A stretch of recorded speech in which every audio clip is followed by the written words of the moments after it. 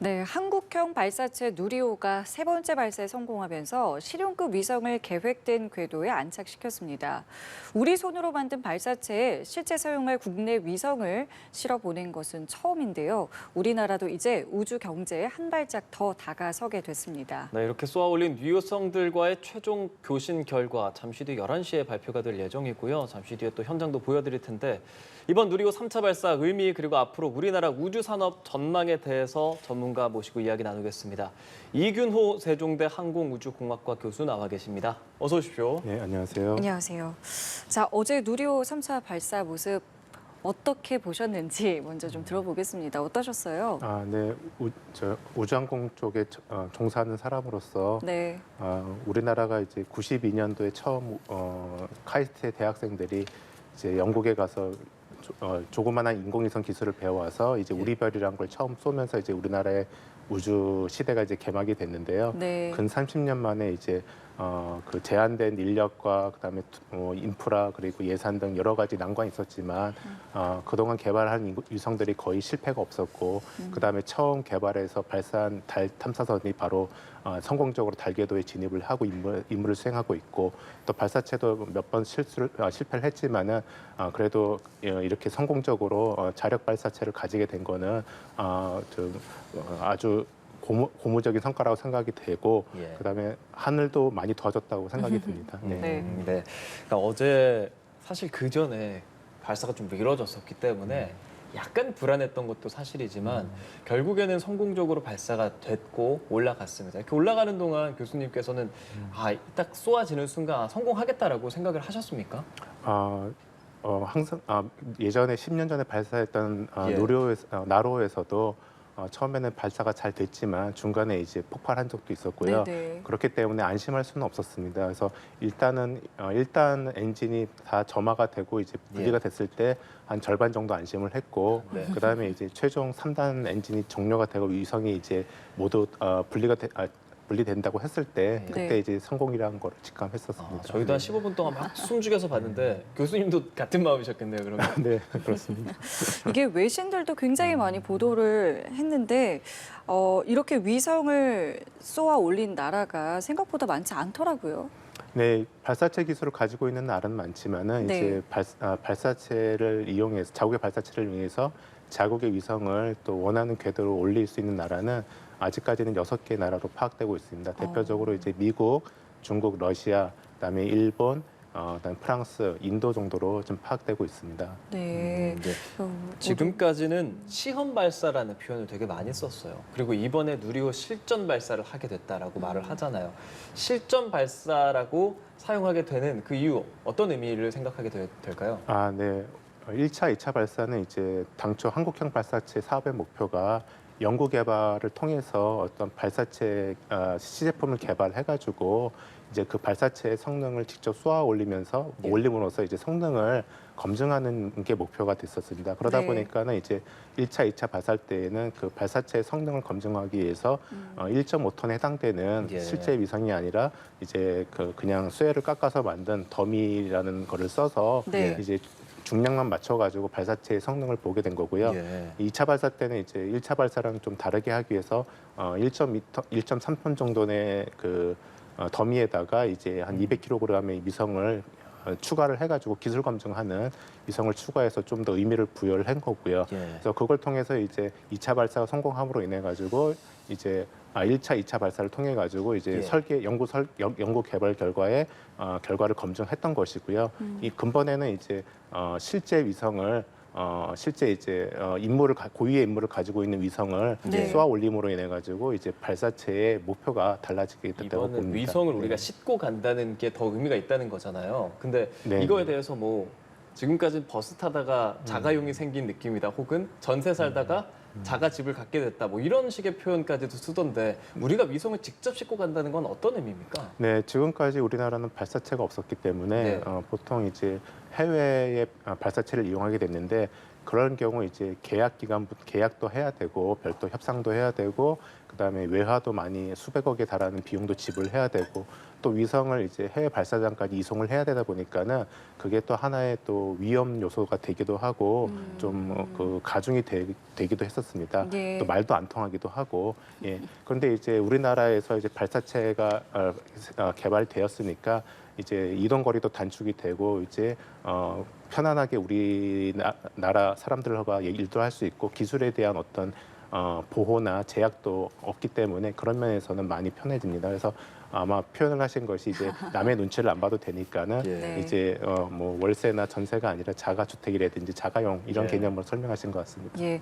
자, 그렇게 우리 발사체로 이제 위성을 쏘아 올렸는데 그 위성들은 지금 다 성공적으로 됐다라고 저희가 보면 되겠습니까? 일단 11시에 발표되는 예. 교신 결과를 봐야 될 것 같습니다. 일단 어제 영상만 봤을 때는 누리호는 이제 한 개 초소형 위성이 이제 카메라에 사출되는 것이 안 나왔기 때문에 맞아요. 그거에 대해서는 일단 11시에 발표되는 걸 봐야 될 것 같고요. 그거를 제하고는 이제 누리호의 발사체로서의 임무는 성공적이라고 볼 수 있습니다. 이제 교신을 하는 거는 이제 위성체 자체의 네. 임무가 되기 때문에 네. 그거는 이제 성공의 여부는 위성체 개발 기관에서 이제 판단해야 될 문제가 되겠습니다. 만약에 한 기가 사출이 안 됐다거나 제대로 교신이 안 된다고 하면 그럼에도 그렇지만 뭐 이 정도면 충분히 성공이다라고 볼 수 있는 겁니까? 보통 이제 그 탑재체 그러니까 위성을 여러 개 싣고 갈 때는 예. 거기서 가장 중요한 위성이 뭔지를 보고 판단을 할 수 있게 되겠습니다. 근본에 싣고 간 이 위성 8개 중에서 이제 가장 중요한 위성은 이제 카이스트에서 인공위성 연구소에서 개발한 차세대 소형 위성 2호가 되겠고요. 네. 나머지들은 이제 사실은 초소형 위성이라고 해서 주 위성 외에 남는 공간에 탑재를 하는 그런 방식이 되겠습니다. 네. 그거를 라이드 쉐어라고도 하는데요. 네. 그러다 보니까는 이제 이 근본의 누리호의 발사 시간이라든지 발사 궤도, 투입 궤도를 결정한 거는 이제 차세대 소형 위성 2호가 되겠습니다. 나머지 초소형 위성들은 그 네. 차세대 소형 위성 2호에 따라서 아. 동일한 궤도를 선택할 수밖에 없었습니다. 그러다 보니까는 차세대 소형 위성 2호가 제일 중요하다 판단 기준이 되지 않을까 싶고요. 물론 이제 모두 다 성공하면 좋겠지만은 네. 그렇지 않다 하더라도 90점 이상은 돼야지 않을까 생각은 듭니다. 지금 말씀해 주신 그러니까 주 탑재 위성, 차세대 소형 위성 2호 이거는 어떤 임무를 띠기 때문에 가장 중요한 걸까요? 일단 제일 가장 중요한 임무는 이제 합성 개구 레이더 SAR라고 하는데요. 네. 위성에 이제 마이크로파를 발생하고 수신할 수 있는 장치를 답니다. 그래서 그 위성이 지구를 24시간 공전하면서 지상을 이제 관측하게 되겠는데요. 이 SAR라는 레이더 기술은 이제 국방에도 활용되다 보니까는 기술 이전이 그렇게 쉽지는 않습니다. 그런데 이제 그거를 근본에 이제 국내 연구진이 주도로 해서 개발을 해서 기술을 확보했다는 게 의미가 있게 되겠고요. 네. 그 외에도 이제 우주 방사선 관측이라든지 또는 뭐 4가지 정도의 과학기술 검증 임무를 띈 그 임무를 수행하게 되겠습니다. 예, 그래서 뭐 더 에너지가 많이 필요해서 그 시간에 맞춰서 6시 24분도 결정됐다라고 하더라고요. 근데 그러면 이게 지금 2호잖아요. 1호도 있었던 겁니까? 네, 2018년에 발사를 했고요. 예. 그때는 이제 우리나라의 발사체가 아직 완성이 되지 않다 보니까는 스페이스 X사의 그 팰콘 9이라는 발사체에 실려서 갔습니다. 그때는 이제 제가 알기로는 한 16개 나라에서 60 몇 개의 위성을 모아가지고 한 번에 이제 발사했는데 그러다 보니까 그때는 주 탑재 위성은 아니었고요. 예. 그냥 그 중에 하나의 위성이 됐었습니다. 예. 그렇게 해서 이제 2018년에 발사가 됐었고 차세대 소형 위성 1호의 임무는 대학이나 기업체들에서 만든 우주용 부품들을 싣고 가서 우주 환경에서 성능 검증을 하는 것이 목적이었습니다. 그러니까 이게 지금 크게 보면은 차세대 소형 위성 2호 그리고 이제 나머지 큐브 위성 7기가 있는 건데 이것이 그러니까 7개의 큐브 위성 같은 경우에는 원래는 누리호에 탑재될 게 아니었었다고 들었습니다. 뭐 어떤 배경이 있었나요? 7개 중에서 한국천문연구원과 한국항공우주연구원이 개발한 도요셋이라는 위성이 도요셋. 있는데 예. 그건 4개가 되겠습니다. 그거는 원래 러시아의 소유주 발사체를 사용하기로 했었는데요. 네. 갑작스럽게 이제 러시아 우크라이나 전쟁이 벌어지면서 러시아와 이제 그 외의 국가들 사이에 관계가 급속히 안 좋아졌습니다. 그러다 보니까는 이제 전략 물자 같은 것들을 이제 러시아에 수출하는 것이 통제가 됐는데요. 위성도 그 중에 하나의 전략 통제 물자로 승인이 됐습니다. 그러다 예. 보니까는 그 우리나라 위성을 가지고 러시아에서 가서 발사를 하려다 보니까는 다른 그 서방 국가들의 또 승인도 얻어야 되고 또 여러 가지 국제 정세에 따라서 이제 그 관계를 봐야 되다 보니까는 막대한 수백억의 비용을 들이긴 했지만은 아깝게 그거는 좀 포기할 수밖에 없는 상황이었고요. 그다음에 나머지 세 개는 사실은 계획이 없었지만은 이번 나로 3차 발사를 위해서 갑자기 이제 그 개발 계획이 나오게 된 거고 그래서 큐브 위성 개발에 관심이 있던 세계 기업체에서 지원을 해가지고 응모를 해가지고 본인들이 만든 거를 이제 탑재하는 게 되었습니다. 그것도 사실 우리 발사체이기 때문에 우리가 색이 더 C자라는 것도 가능했었다는 맞습니다. 거잖아요. 네. 더 이번 누리호 발사가 의미가 있다는 생각도 들고 그래서 지금 말씀해 주시는 도요셋이 4기 중에 1기가 지금 사출됐는지 좀 더 파악해야 하는 거고 그럼 이 도요셋은 어떤 역할을 하는 겁니까? 도요셋은 이제 좀 특이한 점은 4개가 예. 동시에 이제 일렬로 그러니까 편대로 해가지고 지금 보여드리는 예. 화면이 예. 도요셋이 움직이는 화면이라고 네네 볼 수 저렇게 있겠는 거죠? 편대를 해가지고 4개가 동일한 궤도를 이제 계속 공전합니다. 그러면서 이제 넓은 지역을 예전에 대형 위성이 이제 넓은 지역을 관측했다 그러면 지금은 조그마한 위성 4개를 이용해서 그만한 넓은 지역을 이제 관측하는 효과를 얻게 되겠습니다. 그래서 도요셋은 이제 태양 활동으로 인한 우주 기상에 대한 변화라든지 또는 뭐 지구 대기권 내 플라즈마 또는 이제 오로라를 일으키게 되는 고에너지 전자의 어떤 분포 등 이런 것들을 관측하고자 개발되었습니다. 이렇게 여러 개의 이제 위성들을 발사체에 놓고 한꺼번에 이제 쏘아 올렸는데 이 자체도 기술력이라고 보면 되겠죠? 네. 위성이 많아진다는 얘기는 결국 무게가 많아진다는 얘기고 그렇죠. 그러면 이제 발사체의 엔진이 얼마만큼 높은 추력을 내서 높은 궤도로 올릴 수 있냐가 이제 결정되는 요소가 되거든요. 네. 그래서 위성의 개수가 많아질수록 즉 무게가 많아질수록 네.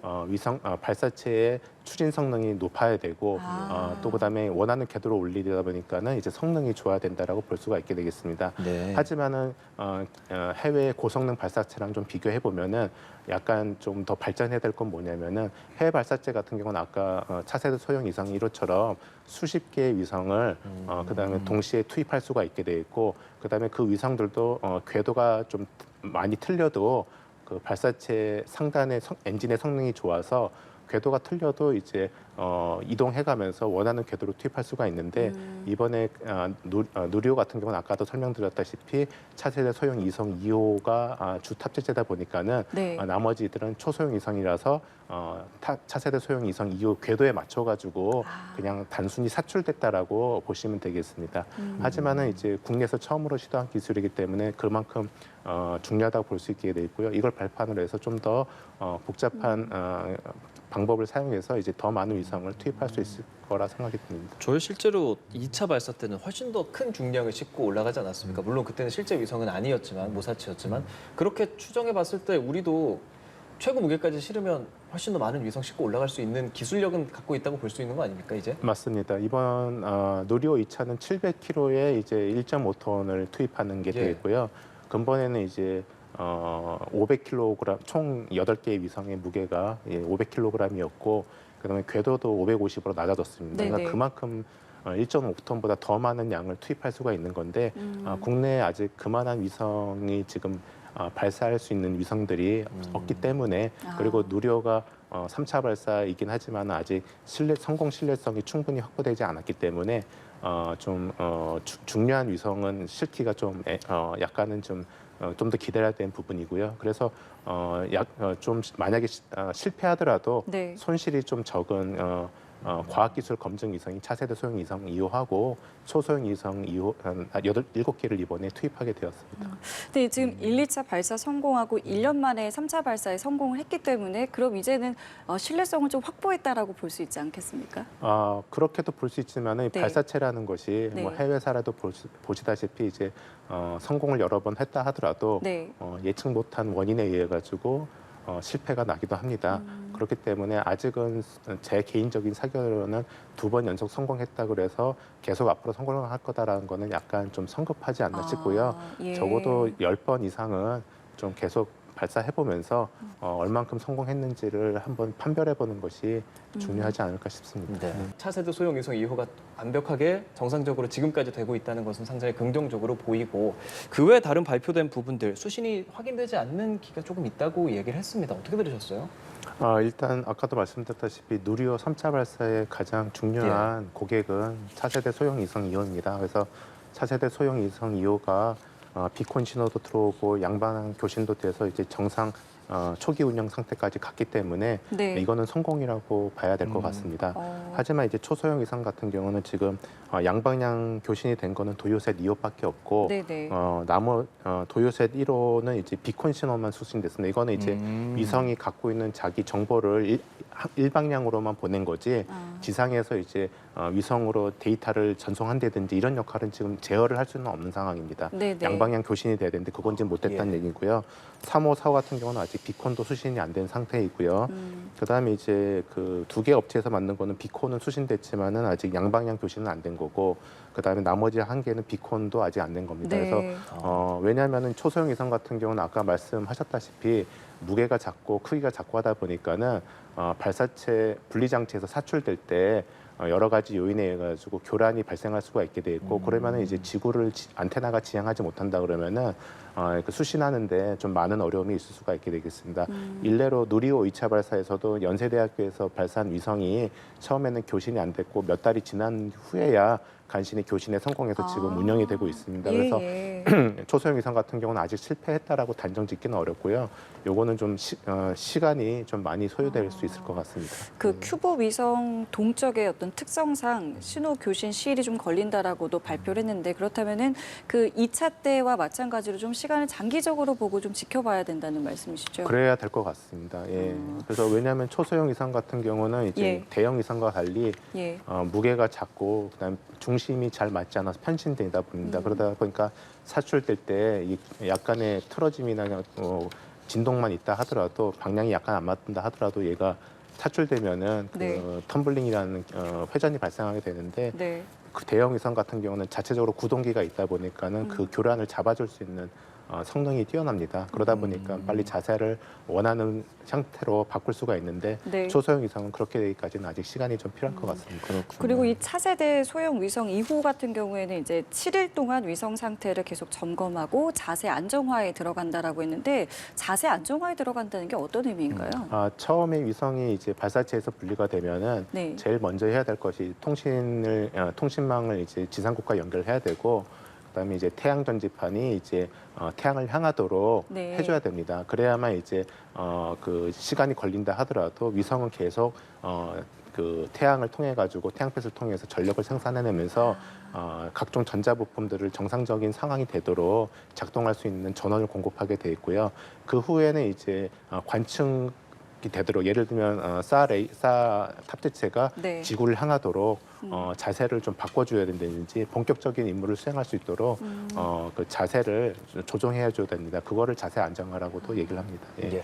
위성 하나하나의 뭐 수신 여부들 앞으로 조금 더 지켜봐야 할 것 같고요. 그렇지만 가장 주된 위성이라고 할 수 있는 소형 위성 2호는 성공적으로 발사했다는 것 다시 한번 말씀드리고요.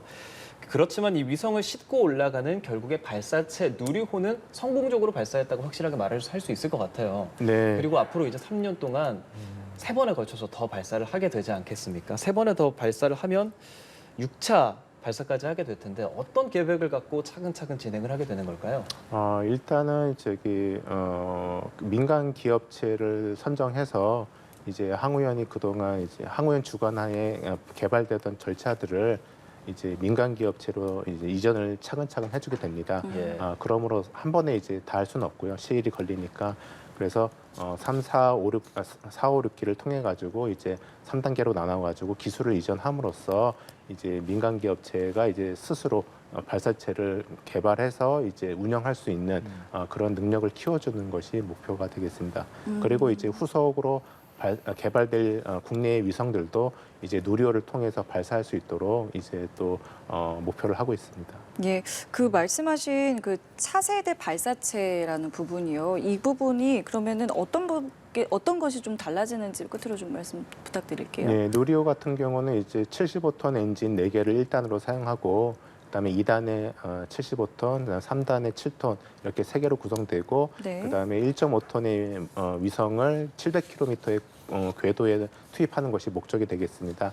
하지만 이제 차세대 발사체 같은 경우는 1단에 500톤, 그다음에 2단에 이제 그 20톤 추력을 죄송한데 200톤의 20톤으로 예. 기억이 잘 안 나는데요. 예, 그래서 2단으로 구성이 되어 있고요. 그다음에 저궤도에 이제 10톤의 위성을, 그다음에 달이나 화성은 진입 궤도에 이제 1.8톤, 1톤의 위성을 투입하는 거기 때문에 추력이나 또 추진력이나 이제 추진력이 증가하게 되어 있고요. 대신에 이제 단을 3단에서 2단으로 좀 축소함으로써 이제 단순화시킴으로써 발사의 어떤 신뢰성을 증가시키게 되겠습니다. 예, 알겠습니다. 3차 발사 성공적으로 이뤄졌고 소형 위성 2호도 성공적으로 지금 수신되고 있다라는 소식까지 다시 한번 정리해드리겠습니다. 지금까지 이균호 세종대 항공우주공학과 교수와 말씀 나눴습니다. 고맙습니다. 감사합니다.